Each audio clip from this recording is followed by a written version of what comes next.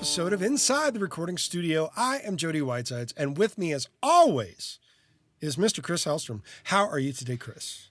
Well, I'm awake now after Yay, that. Good. Yeah, I'm good. Jody, how are you? I'm still alive and kicking, so this is a good sign. Sweet. Well, that's what we're looking for. Yes. Right? So today's topic, we had a couple of people write in and ask again. This is something that we kind of covered in the past, how to organize files and session data on, should we have one drive, should we have several drives, that kind of thing. So we thought this deserved another episode. Another poke and a prod. Exactly. There's a lot of things that obviously come into this, and all things are fluid. I don't know about you, Jody, but besides our listeners writing us, I see this kind of thing on forums all the time where people ask about thinking about getting this laptop. Are these specs good enough? Mm-hmm. Or somebody might ask me, so I'm looking to get something, and what kind of specs should I be looking for? I want to get this right off the top because it kind of bugs me. I think it's almost criminal that some laptops ship with less than a terabyte drives these days. That's a good way of saying it. It's almost criminal. Yeah, because, you know, people are, well, I get a great deal on this, and will this work for Logic or whatever, and it's got like a 256 or like 512 gigabyte drive. The answer to that is more often than not, no. If you're going to do some serious lifting and doing some music on this, that's not good enough. I don't. Do you have a thought on that? I rarely use a laptop for recording. The fact that I do on occasion makes me happy that I had replaced the internal drive with a much larger drive. So what do you have now? You have a terabyte now. Yeah, I believe it's a terabyte in there. Yeah. It's an SSD, which also sped up the laptop. It's been a while since I purchased a new one, and I do plan on purchasing a new one in the not so distant future. Of course, when I do, it will be 1 or 2 terabytes that I decide to get, just for the sheer size of things that happen these days. My studio machine, on the other hand, totally different story. It is a 1 terabyte drive, but I never record to the internal drive. I have a large drive setup that is connected through Thunderbolt that I use. So before we go into the details of that, because I do a very similar thing, if we take the concept of the laptop, there are obviously pros and cons of going to the internal drive. One being that should you choose to like go to the internal drive in a laptop, there's a couple of things that we need to consider. If you're going to it, you're going to do all your recording to the internal drive. You need to have a relatively sizable drive. Yes. And no matter really how sizable that is, you're going to at some point probably run out of space. This is true. Unless you're going for like a 4 terabyte or something. And budget's not an issue, you know? Well, the other thing to consider is the recording quality in terms of your sample rate and your bit depth that you're using. Yeah, because that plays a massive part, right? If you want to minimize stuff and go to 44.1 and you're good with that, then hey, fill your boots, right? But also another thing is not just with the recording aspect of it, if you need to bring sample libraries with you that you work, let's say that you're composing and you're traveling and you need to have these there. Yep. That takes up a sizable chunk of that drive as well. So can really, really quickly eat up all the space that you thought you had. For sure. For sure. I have a composer friend. He said he uses internal storage for a lot of his sample libraries. And that shocked me a little bit. There is that part of if you're now running on Apple Silicon that you don't need as much RAM if they're on sort of like that unified memory, right? Sure. And it's sitting on the internal. I think that's kind of unusual, and it's not a system that I would recommend to anybody. So, to run your sample library internally? Yeah, running everything internally, yeah. Part of that is my ingrained workflow. I'm just bringing that up that it can be done. You can do it. Doesn't mean that it's recommended for everybody. Sure. That's probably what makes this topic kind of confusing to a lot of people because, well, so-and-so does this and I get this piece of advice from Gearspace or whatever. you can make it work, but we're going to talk about what you and I recommend anyway. Sure. So we're both leaning on external drives. Why do you use external drives, Jody? Organization.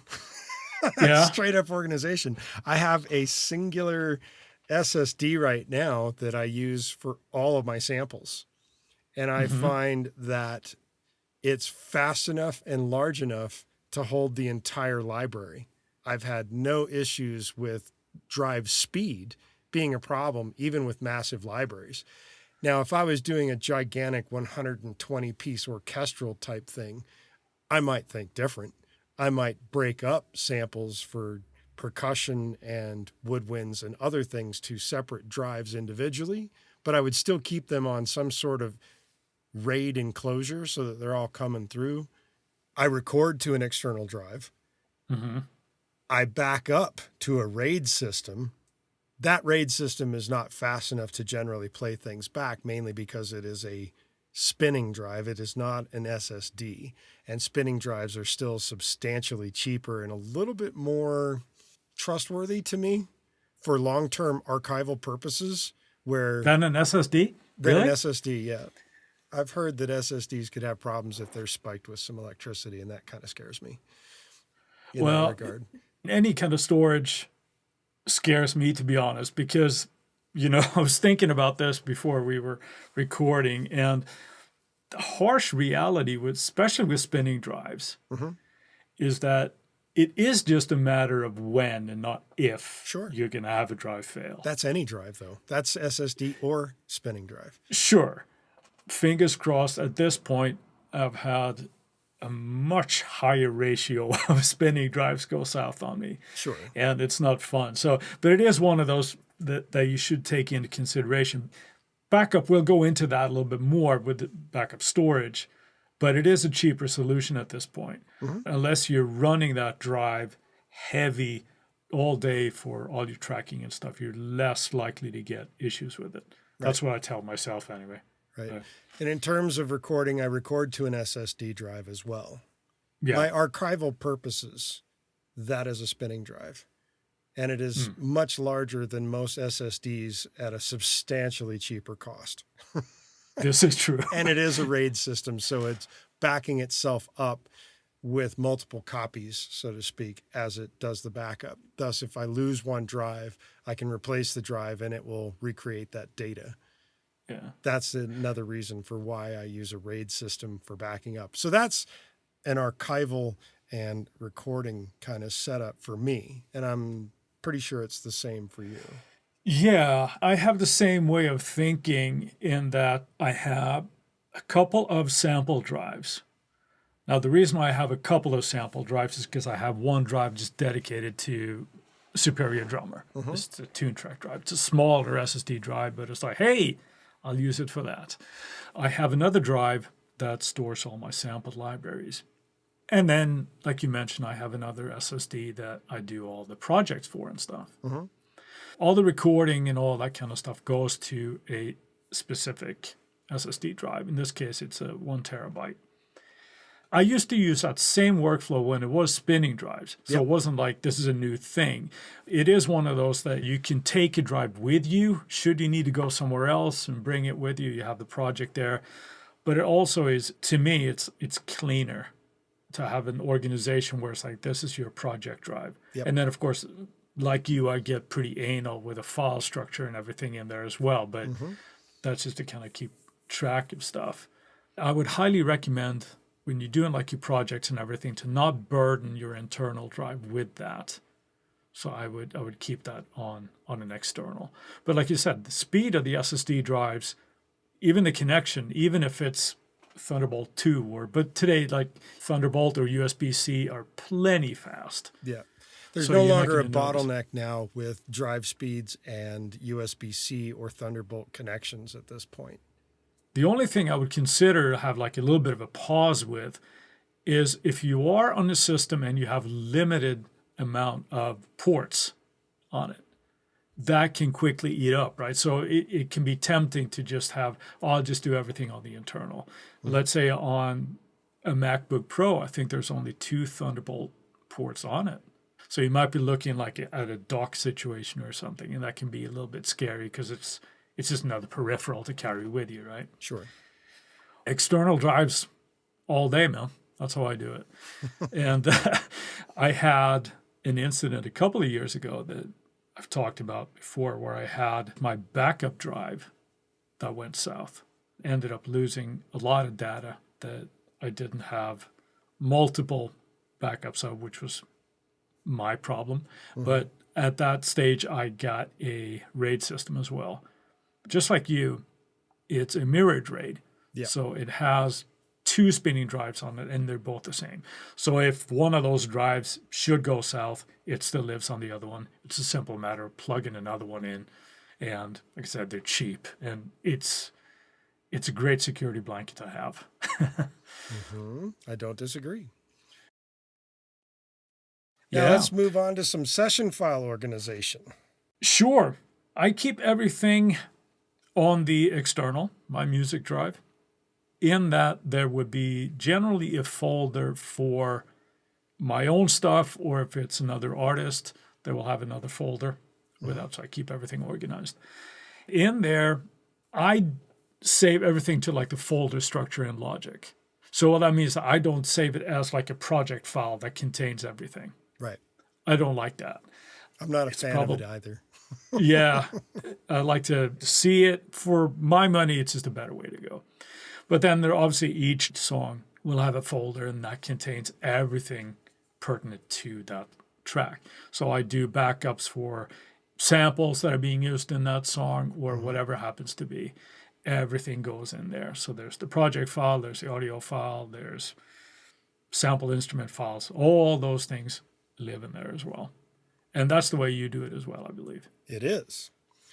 My file structure, if I look at it from the situation of the organization, the outward folder, just like you mentioned, you have a folder for yourself and you have a folder for each client. I do the same thing. I have an outward structure of each folder is either stuff that is mine or stuff that is clients. And inside there, I have a client folder. And inside the client folder, there might be like an album or project folder. And then inside the project folder or album folder will be each individual song folder as well. Right. Yeah. And much like you, each song folder is going to get all the files that relate to that song.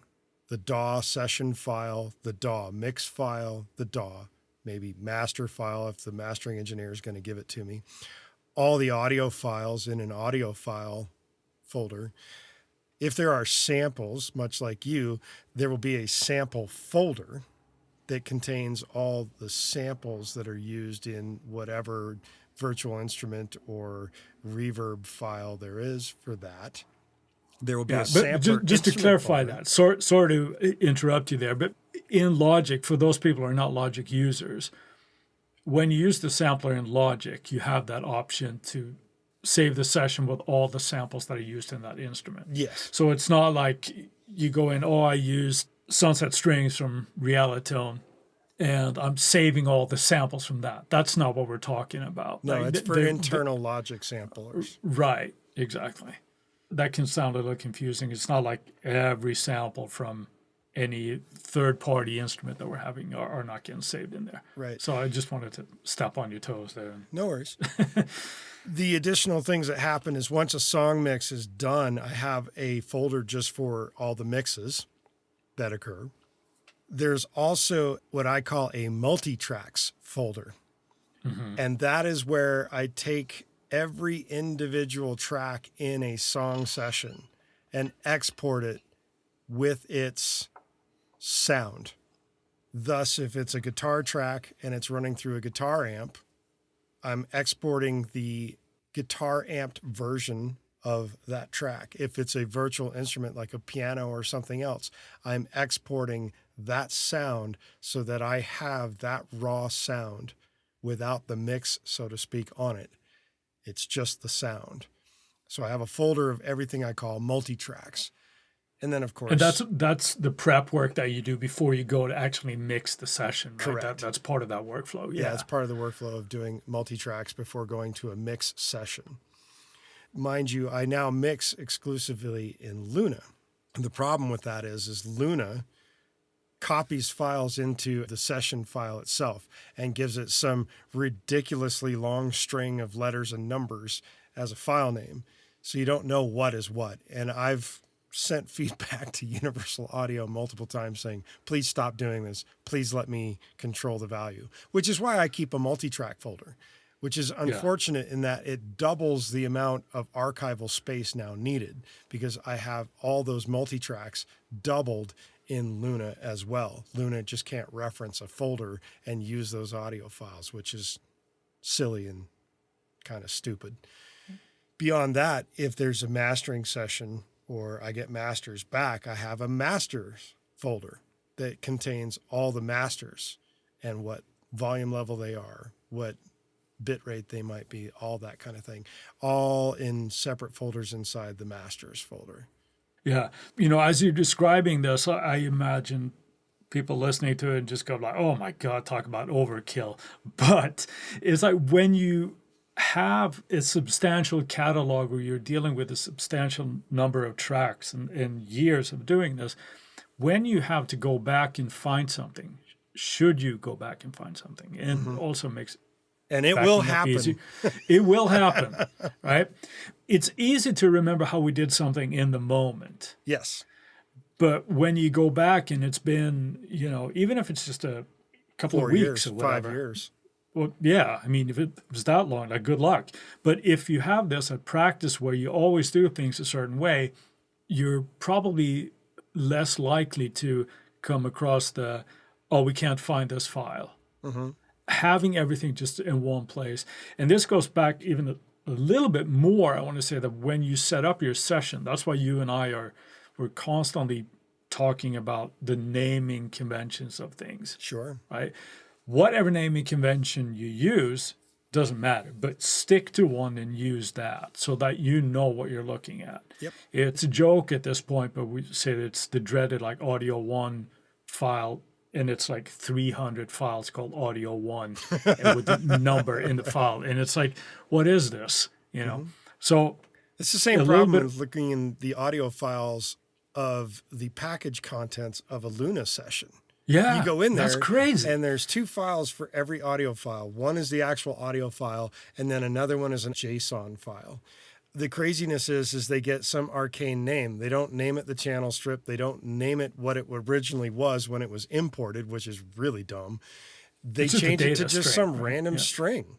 And it's really frustrating, extremely frustrating. Let's say that there's an issue with the track. Good luck finding that when you got a session when you got a few hundred of audio files with that name. Right? A lot of organization might sound like it's just unnecessary work, but it really isn't. Once you kind of get it into your habits, you'll thank us later when you have to go searching for something. And just keeping things organized and neat is just a way to really, really make the process easier. When you have to revisit stuff, if you do, it's a lot easier. When you're going to do that, hey, we're going to do the quad mix or we're going to do the surround mix now. Now you have all your files available to you. That would be the idea. The irony is when I first started, I don't know about you, I didn't think about this stuff at all. No, of course not. Zero thought. No. Thinking logic will never change to a point where it won't be able to open itself.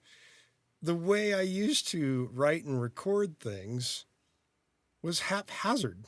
Oh, I'm going to do a guitar part now. Oh, I'm going to work on a drum thing now. Oh, I'm going to work on a vocal. Then I'm going to work on a keyboard. Then I'm going to work on another guitar. So the organization of the arrangement was just a gigantic mess. And of course, going through other people's projects, not let alone mine, in remixing things, you find that, holy cow, when you go back, it's like, how was I thinking about this? This is such a mess.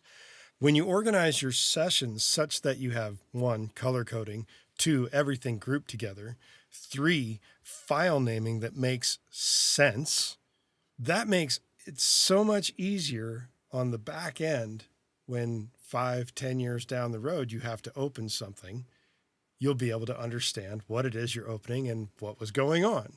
Now, the reason why I mentioned exporting multi-tracks, that's a long-term storage solution, so to speak, because there will come a day when that plugin that you really love is no longer going to work, unless, of course, you keep that old computer that it ran on around healthy and able to run. If you don't... Oh, God, been there. Yeah. If you don't, you no longer have that sound. If you export the multi-track, you will at least have that sound as it was originally played in your session. If you don't do that, it may be lost to the annals of time, unless you can find somebody else that has that machine and that setup to be able to open it for you. Yeah, and it seems like that file ends up being missing is always like an integral part or a hook of the song as well. Be, of course. So it's not like, oh yeah, it's never like, oh, it's a string pad, you know. Mm-hmm. It's never that, because that's easy to recreate. That is a very frustrating thing, and I've done that several times because plugin manufacturers go out of business, or there was a huge thing when Mac went from OS 9 to OS 10. Oh yeah, where certain lots of things didn't work anymore, and a lot of didn't get ported and moved forward. Yeah, and Fatmatic Pro, I'm looking at you. Similarly, I guess, to a little bit of a lesser degree, when, you know, we're going to Apple Silicon now, mm-hmm. It takes some people to a little bit extra time to kind of port their plugins and things. Sure, they can run in like Rosetta and all this kind of stuff, and everything's fine and dandy, but a foolproof way is just to export those multi-tracks to your sessions. And it might seem like overkill, like we said. It really is a good habit to kind of get into. Mm-hmm. And make sure you name things appropriately so that you know where to find them. I do it now where I group everything based on what group it goes into, plus the song title, plus who the artist was that did the particular piece, whether it was a name for the guitar player or a name for the vocalist or whomever. So I group bass to bass, I group drums to drums, I group guitars to guitars, I group vocals to vocals, and who it was and what that song is. Yeah, I usually don't get that deep into the file names, but I have a structure that I always use, and it's always the same. But I try also not to write a book with it, you know? Sure. So, guitar, Les Paul, left, 421. No, so that's it's notes not that. within the session file for that shit. Right. It doesn't have to be super elaborate, but just something that you know what it is. Mm-hmm. Rhythm guitar, 1, whatever. Right. It's absolutely fine, but you know what you got. We both mentioned backups and that we're using a RAID system. Before I went to the RAID system, and I know we did an entire episode on this because you were contemplating going to a RAID system, I had been using a 3-format system where I had Blu-rays, and prior to that, DVDs and hard drives. So I was using multiple different formats in order to save files. And you, I think, also use an off-site service, do you? No, it's something that I contemplated as well. At this point, I tend to do the RAID system and possibly a separate drive as well for if it's like a certain project, because drives are kind of cheap. So I'll just like, okay, here's for this. So I have like another copy right there, should I need it. Just like you, I used to do the optical drives. I used to back them up to DVDs as well. Mm-hmm. Who has a DVD anymore, right? Or an optical drive anymore? Sure, I have one. It's just not a practical thing, as well as, you know, the physical limitations of a DVD drive. You know, it was like 4.6 gig or something. Well, that's why I went to Blu-ray, get 50 gigs on there. Right. It's often files can exceed that, so you end up with like 1. I like the idea of an off-site storage. Right. I haven't jumped on one that I like. It's something that I've considered, and it's really, really morbid. But if you think about something should happen and everything burns down, it's like, it doesn't matter how many RAID systems you have, right? Because it's gone. Burns, you're gone. Right. I'm hoping that's not going to happen, but it is another option that you can do, right? Mm-hmm. And people have all their stuff in like Dropboxes or iClouds or whatever. And sometimes I do that for smaller things, but it's not like I'm backing up terabytes of stuff to that, because that seems like a giant time suck. And sure, you just do it once, and I haven't jumped that gun yet. I hear you. Well, let's move on to our Friday finds. Chris, what have you got this week? Well, I actually did a find in my own plugin folder. It's the Opal morphing synth from UA. And it's something that when I got my interface, it was one of the many things they just threw at me. It's like, hey, feel good about yourself, free stuff. But it's actually really cool. I started diving into it, and it's not just a normal synthesizer in that it just does like the usual waveforms. It has like wavetables and things that you can morph in between, and a fair bit of modulation capabilities. So it's one that I think that it was kind of cool actually what you can do with that. I've only scraped the surface of it, but I thought it deserved a mention. So again, that's like the Opal morphing synth from UA.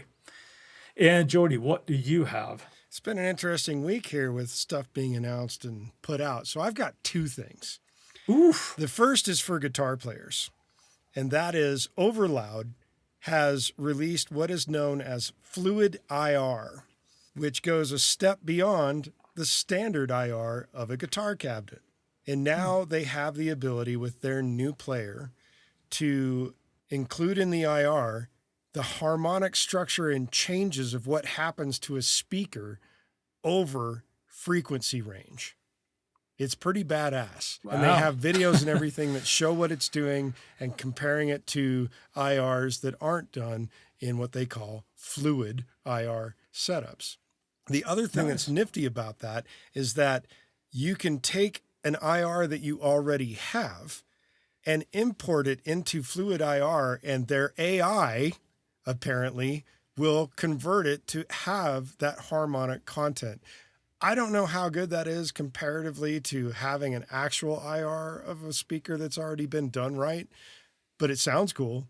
And there is a sonic difference between the two. If you go to the Overloud site and check it out, it's a free upgrade for anybody that already has the TH stuff or the THU and their cabinet player. So go grab the Fluid IR stuff. And in a move that happened as of the taping of this episode, Eventide has released a update to the H3000 plugin, which includes new algorithmic changes and precision to how they mimicked an H3000 unit, plus lots of new presets that take into consideration all of this stuff. And anybody that knows anything about the H3000, you want that thing because it's a badass multi-effects processor that has been on tons of big hit records. I think they updated the GUI as well on that. They did. Right? Both you and I griped on how it looked like it was from 98, the GUI. But it's now updated, and it's resizable, which is even cooler. Oh, even better. Yeah. Even better. While we've got your attention, we ask that you go to InsideTheRecordingStudio.com and sign up for our mailing list. You'll need to be on our email list to be eligible for any future giveaways, and we'll make sure you don't miss any future episodes of this awesome podcast. Send us an email at goldstar, GOLDSTAR, at InsideTheRecordingStudio.com with the word sessions, and you'll get something cool back in your inbox. If you have a topic or suggestion like today's episode for Chris and I to explain in a future episode, contact us at the contact page and we'll put it into consideration for a future episode. With that, I'll say see you next week. Thanks for listening, everybody. Have a good one, Jody.